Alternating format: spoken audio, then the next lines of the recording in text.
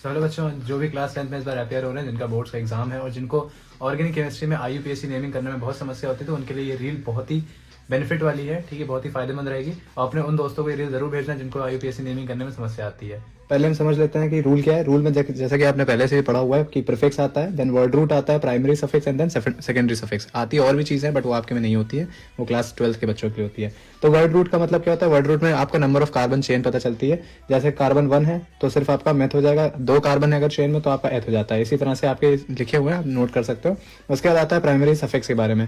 Primary suffix आपका branch chain हो या आपकी स्ट्रेट चेन हो, उसमें कितने आपके बॉन्ड कैसे हैं। मतलब सिंगल है तो आपका एन लगता है, डबल बॉन्ड अगर आपकी ब्रांच चेन में है या फिर आपकी नॉर्मल चेन में है तो आपका इन लगता है, ट्रिपल बॉन्ड है तो आइन लगता है। ठीक है, देन उसके बाद आता है हमारा सेकेंडरी सफिक्स। सेकेंडरी सफिक्स आपके फंक्शनल ग्रुप को बताता है। अगर अल्कोहल का ग्रुप है तो ऑल लग जाता है लास्ट में, कार्बोक्सिलिक है तो ओइक लगता है, OIC, और एल्डिहाइड है तो अल लग जाता है। ठीक है, नेक्स्ट हमारा लास्ट चीज है कि हमारा प्रीफिक्स क्या है। प्रीफिक्स जो होता है वो रिप्रेजेंट करता है आपके अल्काइल ग्रुप को।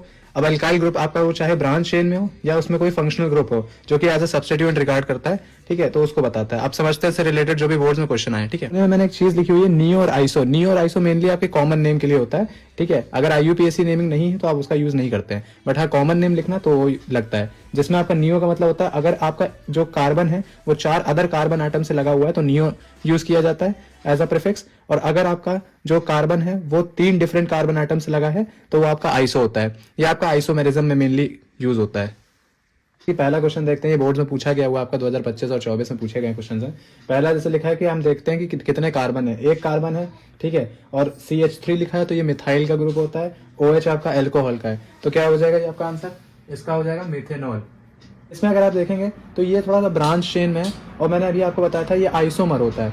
ठीक, तो आइसोमर में क्या है आपका, जब एक कार्बन 3 डिफरेंट कार्बन से लगा हो, ठीक है, तो क्या होता है इसमें फिर आप यूज करते हो आइसो वर्ड। ठीक है, और इसके लिए आपका कितना है, और स्ट्रेट चेन में कितने कार्बन है? 3 है, तो इसका नाम हो जाएगा आइसोप्रोपेन।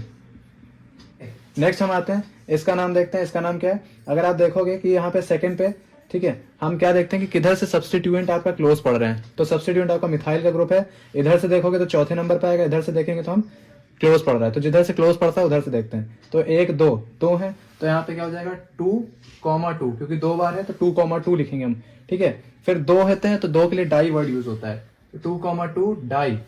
ठीक है, अब कौन सा ग्रुप है? मिथाइल का ग्रुप है, तो 2,2 डाई मिथाइल। ठीक है, फिर हम कार्बन की पूरी चेन देखेंगे, 1 2 3 4 5, तो 2,2 डाई मिथाइल। फिर आपका क्या हो जाएगा? कितने थे? 1 2 3 4 5, 5 यानी पेंटेन।